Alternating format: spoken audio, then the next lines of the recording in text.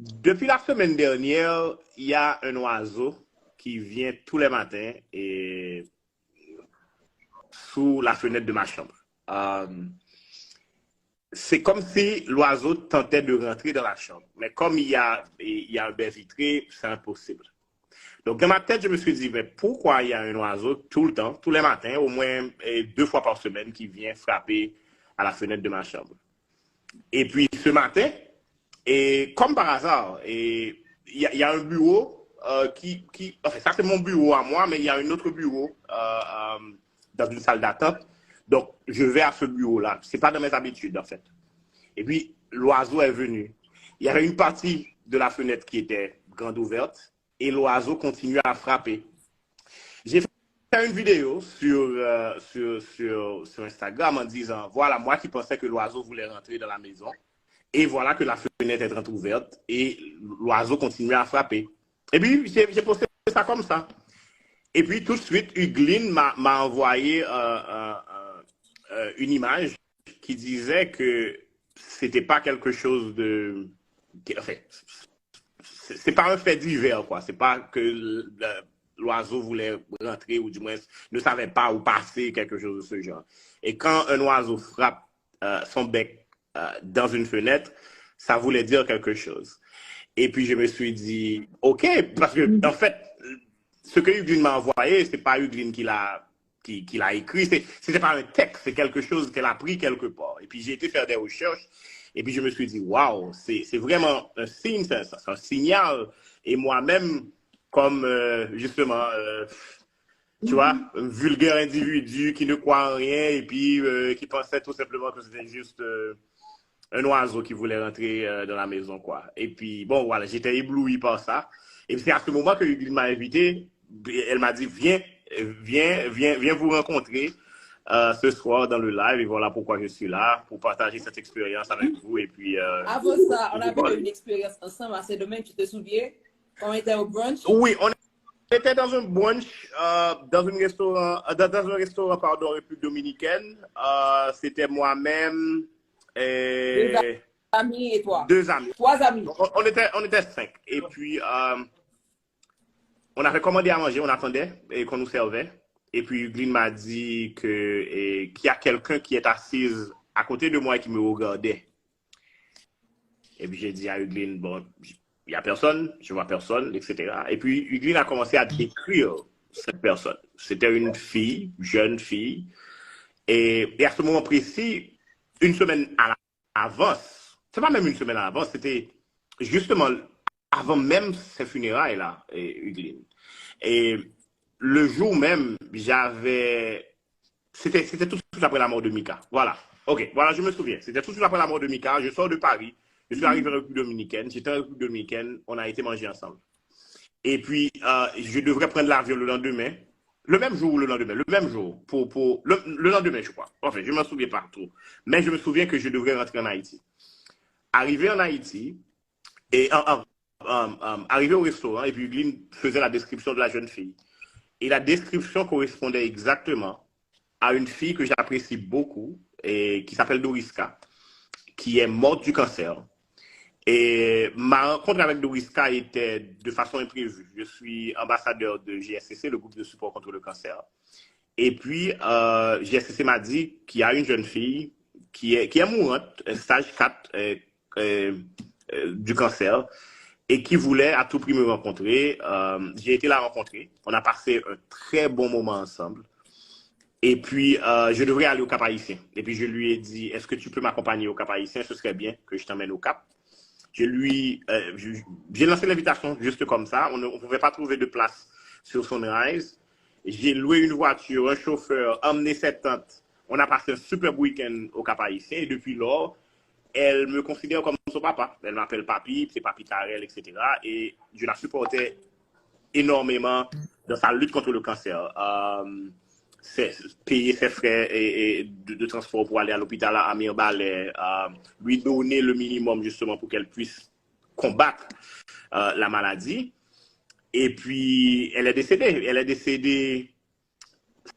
Ça m'a beaucoup touché. C'était justement une semaine après la mort de Mika. Et puis, Huglin décrivait exactement cette jeune fille et Hugline me disait que la fille me regardait avec amour et adoration. Et je savais pas, en fait, j'ai rien vu moi-même, mais j'étais juste là et puis ça s'est passé comme ça. Mais je dois dire aussi que lorsque Hugline décrivait la jeune fille, j'ai ressenti quelque chose. C'est comme si effectivement qu'elle était là.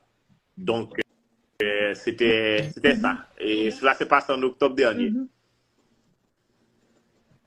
Et je dois dire merci à Marie-Alice Théor parce que c'est elle qui m'a fait découvrir ce sens.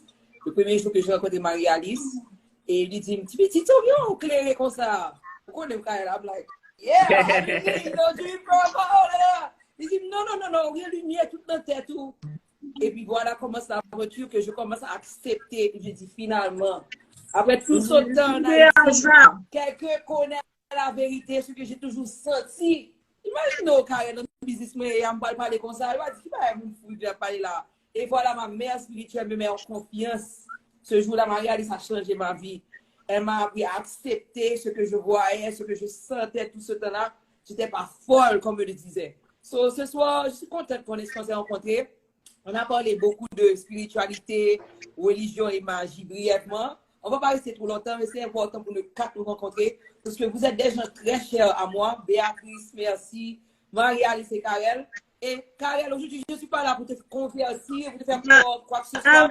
Je voulais que tu aies une idée. Tu es aussi spirituel. Peut-être que tu ne sais pas encore. Jusqu'à raconter l'histoire que je l'admets.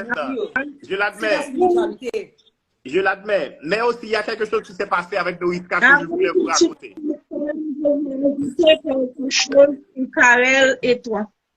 Ce que je vais dire, c'est que, premièrement, je ne suis qu'un canal. Je n'ai aucun mérite. Dieu m'a utilisé pour te faire comprendre que tu avais des dons pour aider les autres. Et ce qui est arrivé avec Karel, c'est que cette jeune fille-là est peut-être l'oiseau qui vient à ta fenêtre. Parce que ceux qui laissent notre univers, souvent, prennent la forme de quelque chose, de quelqu'un que nous connaissons ou d'un animal que nous connaissons pour nous rassurer afin de rentrer en contact avec nous. Et le fait que l'oiseau ne rentre pas, même quand il a une ouverture qui lui permettrait d'entrer, et que l'oiseau attend ton invitation, ceci veut dire que l'oiseau ne veut pas vraiment rentrer dans ton intimité. L'oiseau attend que toi, tu lui fasses un signe. Donc à ce moment-là, il suffit de lui faire un coucou, et puis il va s'en aller, parce que c'est un moment de grâce. Et quand ces moments-là arrivent, il y a deux choses à faire. La première, c'est de remercier Dieu brièvement pour toutes les grâces que l'on reçoit et de profiter de ce moment-là pour demander ce qui nous fait le plus besoin. Car Dieu aime les défis et il aime qu'on lui lance les défis. Dieu est un Dieu d'amour, de tolérance et d'abondance surtout. Donc, il ne faut pas hésiter à demander, parce qu'en Haïti, nous disons, bon Dieu, qu'on baille, il n'est pas qu'on séparer. La baille, mais le plein, son pas plein, son l'autre plein. Donc, il ne faut pas hésiter à le faire. Et on ne devient pas spirituel. On est tous spirituels à la naissance. On perd cette grâce avec la raison quand on s'est analysé et on s'éloigne de la spiritualité. Et ce qui arrive maintenant, c'est que nous sommes dans un momentum où de plus en plus les enfants de Dieu, ce qu'on appelle les êtres créés, parce qu'il y a les êtres créés et il y a les êtres en évolution. Les êtres créés se mettent de plus en plus ensemble pour que nous rentrions dans un monde d'amour, de compassion, de paix et de justice. Wow! Hugline, excuse-moi, tu voulais mettre, mais j'ai voulu ajouter ça. Donc, il y a quelque chose, il y a une autre chose qui s'est passée avec Doriska. Lorsqu'elle a été au Cap-Haïtien, je suis parti une journée à l'avance, elle est venue le lendemain avec sa famille.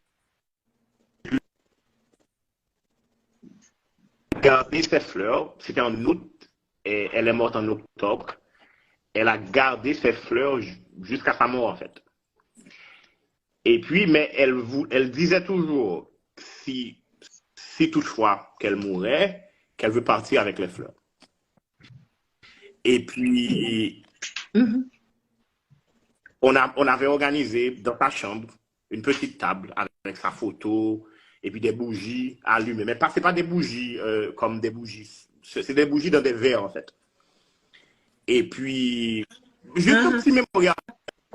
Et puis, le bouquet de fleurs fanées était resté là. Et puis, dans l'après-midi, je crois, c'est 2 jours après ses funérailles, et puis, la grand-mère criait au feu. Au feu, du feu, au feu, du feu.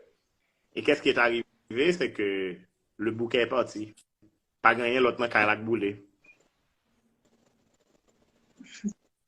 Elle est venue chercher son bouquet. Justement, on dit que les 4 éléments sont importants dans l'équilibre de vie d'un être humain. Et le feu, c'est l'élément que l'on a utilisé en tout premier lieu pour entrer en contact avec le céleste. Donc, les âmes qui vont vers le céleste, on allume souvent pour eux ou une bougie ou alors le feu si on n'a pas autre chose, si on n'a pas de bougie. Ouais.